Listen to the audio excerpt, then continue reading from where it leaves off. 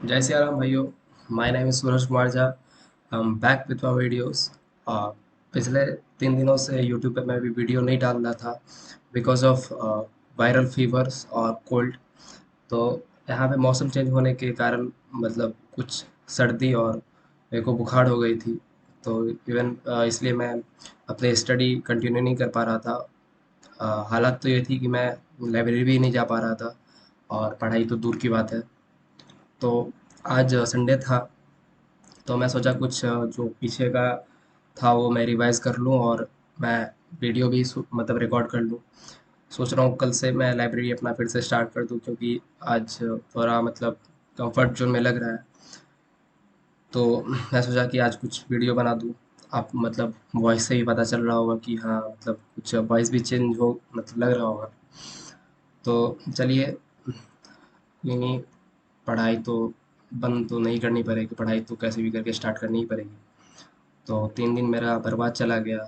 मतलब क्या ही कर सकते हैं। तो जो रात गई बात गई, वो पीछे की बात तो अब सोचेंगे नहीं। तो कोई नहीं, इसके आगे हम कंटिन्यू करते हैं।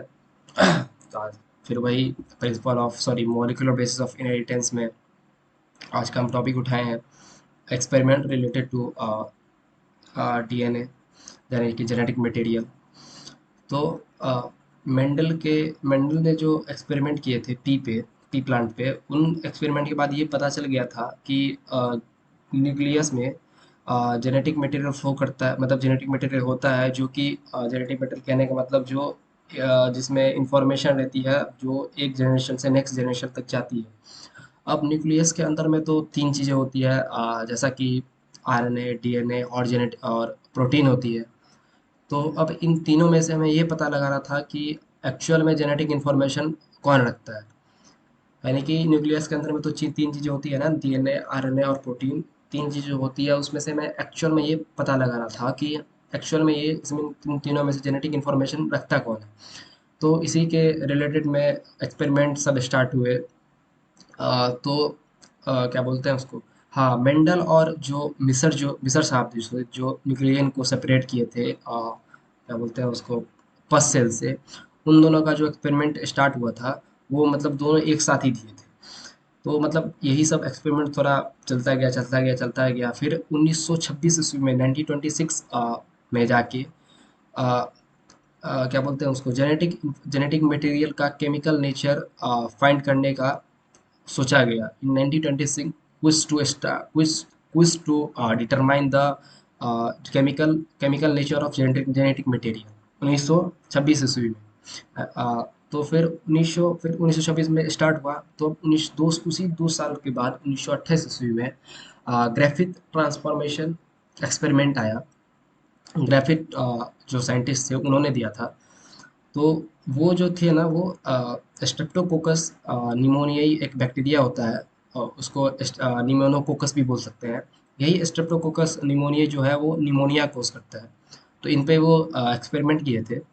तो स्ट्रेप्टोकोकस निमोनिया जो होता है उसका जो बैक्टीरिया होता है उसका दो स्ट्रेन होता है। स्ट्रेन कहने का मतलब जैसे आप कोई आप इधर मतलब ब्रीड जैसे बोलते हैं, वही बैक्टीरिया में स्ट्रेन होता है। यानी कि ब्रीड कहने का मतलब जैसे साहिवाल हो गया, जैसे मतलब काऊ में होती है वही ब्रीड। तो ब्रीड होता है ना, तो बैक्टीरिया में स्ट्रेन होता है। तो इस स्ट्रेप्टोकोकस निमोनिया का दो स्ट्रेन होता है, एक होता है आर स्ट्रेन, एक होता है एस स्ट्रेन। आर स्ट्रेन जो होता है वो नॉन वायरुलेंट होता है, इससे निमोनिया कॉज नहीं होता है।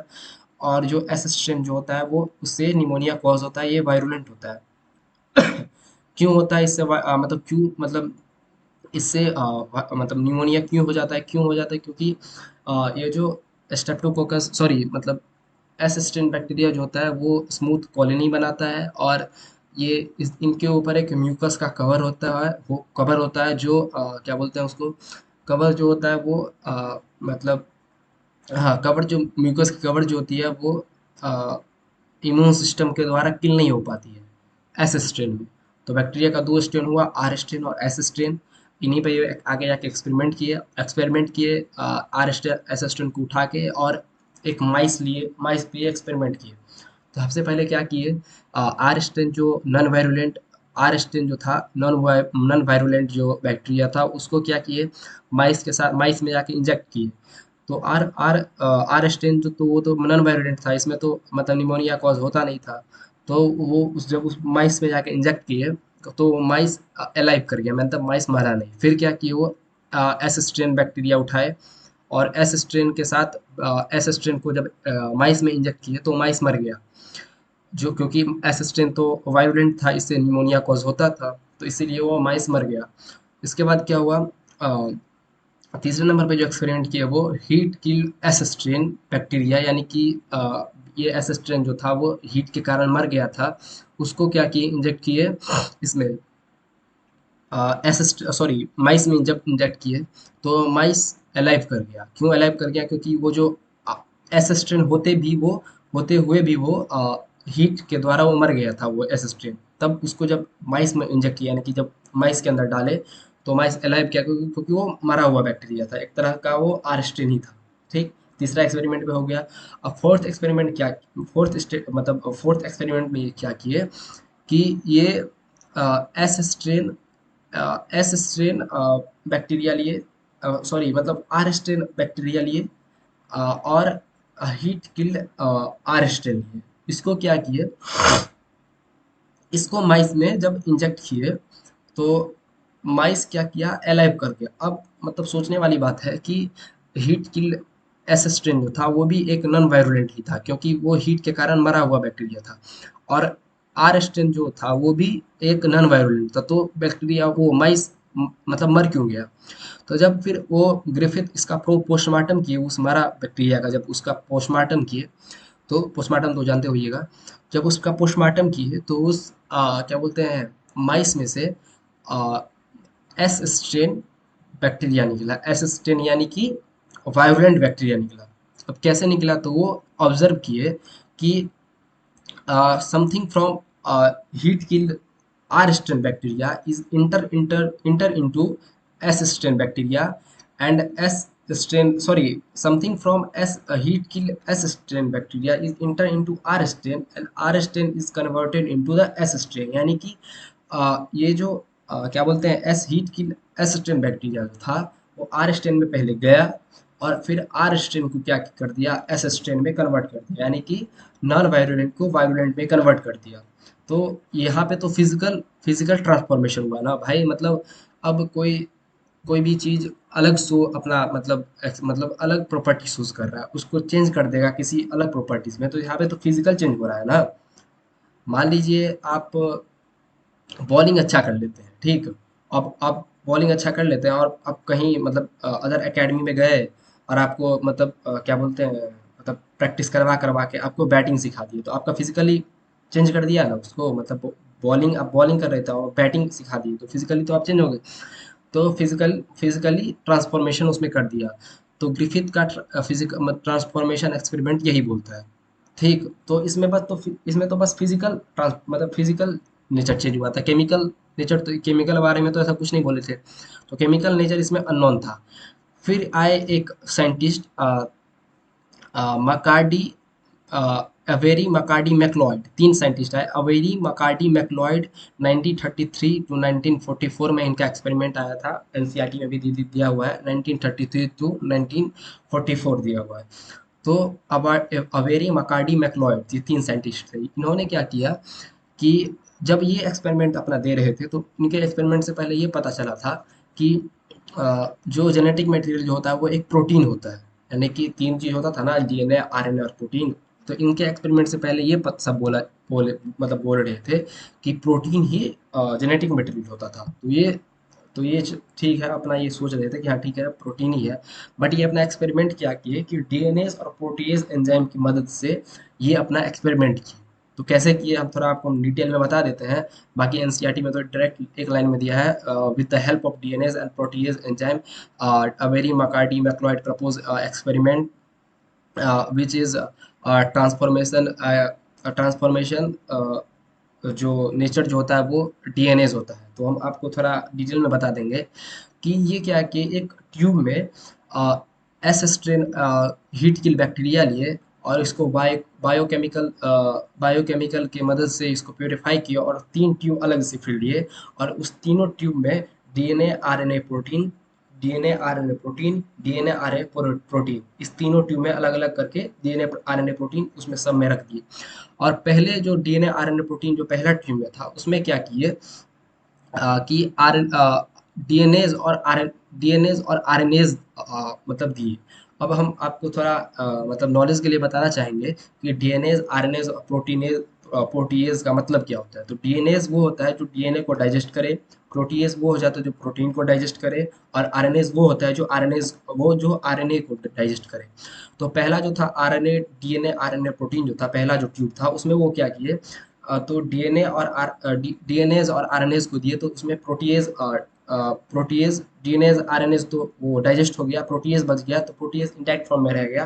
और वो प्रोटीएज क्या किया, आर स्ट्रेन से मतलब वो मिक्स किया, तो उसमें क्या हुआ, ट्रांसफॉर्मेशन नहीं हुआ। फिर दूसरा वाला जो था डीएनए आरएनए प्रोटीन, उसमें क्या किए,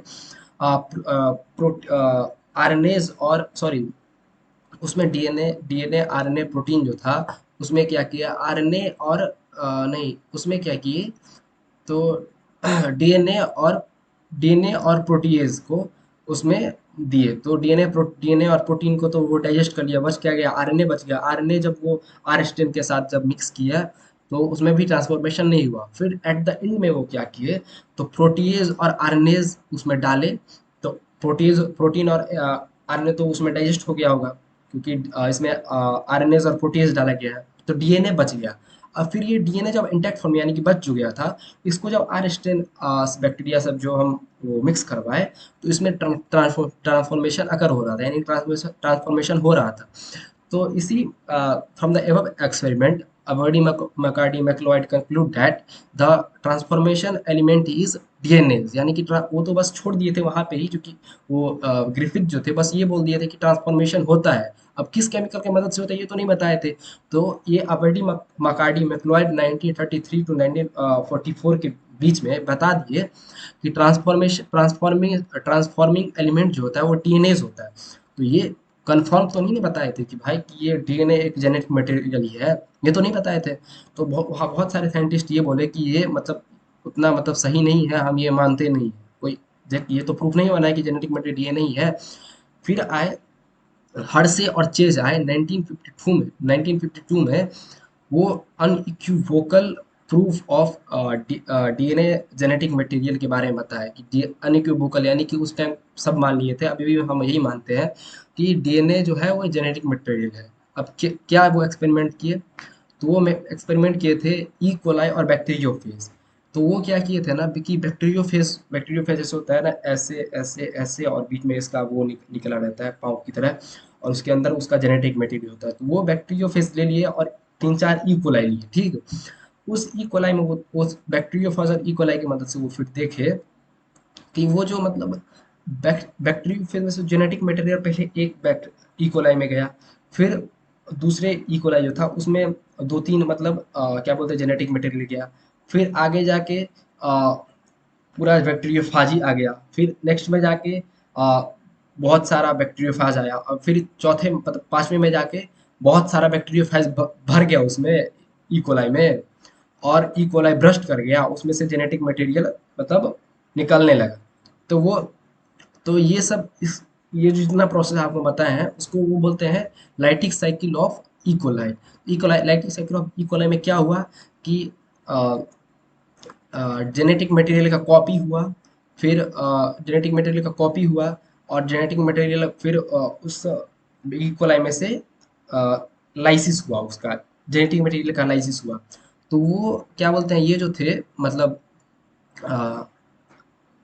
हर्शीज और चेज तो बस यही जान रहे थे कि बस जेनेटिक मटेरियल का वो हो रहा है, लेकिन ये नहीं जान पा रहे थे कि जेनेटिक मटेरियल जो था वो एक तरह का डीएनए ही था। तो ये तो उतना पता नहीं लगा पाए कि ये जेनेटिक मटेरियल ही था। तो फिर क्या किए कि मतलब कुछ अपना एक्सपेरिमेंट किए, फिर वो एक्सपेरिमेंट में क्या किए कि वो रेडियो एक्टिव S35 जो कि मतलब जो कि था S35 प्रोटीन के लिए था, और सॉरी प्रोटीन नहीं डीएनए के लिए था, और रेडियो एक्टिव P32 डीएनए के लिए था, ठीक। इतना आप समझ गए। तो यही एक्सपेरिमेंट फिर इसके बाद और वो आगे अपना किए, और यही हर्षे और चीज़ ने बताया कि डीएनए एक जेनेटिक मटेरियल है। अब डीएनए को ही जेनेटिक मटेरियल क्यों मानेंगे भाई साहब? कुछ तो इसमें होगा ना। जेनेटिक मटेरियल हाँ ठीक है, होता है, बट कोई कोई जैसे टोमेको मोज़ेक वायरस हो गया, फाई बैक्टीरियोफाज हो गया, इसमें क्या था ना कि आरएनए जो था वो जेनेटिक मटेरियल होता था। तो अब कुछ केमिकल प्रूफ हमको देना था ना कि मतलब आरएनए को ही जेनेटिक मटेरियल क्यों मान लें हम। तो कुछ प्रूफ दिए, जैसा कि पहला कुछ मतलब डीएनए का कुछ प्रॉपर्टीज अब देखेंगे। तो डीएनए का जो सबसे पहला प्रॉपर्टीज है कि DNA from replica, it able to form replica, it undergoes slow mutation, it is able to it is able to follow the Mendelian rule। और एक हाँ, चार तो शायद हो गया। हाँ, चार हो गया। तो ये चारों इसमें फॉलो करता था। तो रेप्लिका का मतलब कि अब थोड़ा आप समझेंगे, it able to make replica. Replica में कहने का मतलब ये है कि रेप्लिका, सॉरी भाई, और रेप्लिका कहने का मतलब ये है कि डीएनए और आरएनए जो था वो न्यूक्लियोटाइड से बना हुआ था, तो इसके अंदर रेप्लिका फॉर्म होगा। बट प्रोटीन जो था वो अमीनो एसिड के से बना रहता था, तो इसलिए प्रोटीन में रेप्लिकेशन फॉर्म नहीं होगा। और डीएनए आरएनए में कॉम्प्लीमेंट्री बेस पेयरिंग की मदद से रेप्लिकेशन फॉर्म हो जाएगा। और दूसरा था, हम छोड़ दिए थे उसमें मतलब बताना, इसमें प्रॉपर्टीज में ये डीएनए जो होता है वो स्ट्रक्चरली और केमिकली स्टेबल होता है। कहने का मतलब आरएनए जो होता है वो तो सिंगल स्ट्रैंड होता है, वो स्ट्रक्चरली लेस स्टेबल होता है, और डीएनए जो होता है वो डबल स्ट्रैंड होता है, वो स्ट्रक्चरली स्टेबल होता है। तो ये भी प्रूव हो गया था। और फिर हो गया है तीसरा तीसरा हम बताना चाहेंगे, it able to follow the Mendelian rule. Mendelian rule कहने का मतलब ये है कि डीएनए से आरएनए और आरएनए से प्रोटीन बनता है। ये हम पढ़े ना कि डीएनए से आरएनए, आरएनए से प्रोटीन, डीएनए से आरएनए जो बनता है इसको हम ट्रांसक्रिप्शन बोलते हैं, और आरएनए से प्रोटीन जो बनता है उसको हम ट्रांसलेशन बोलते हैं। इस तो ये तो तीनों जरूरी है। तो तीनों ज़रूरी है, ठीक।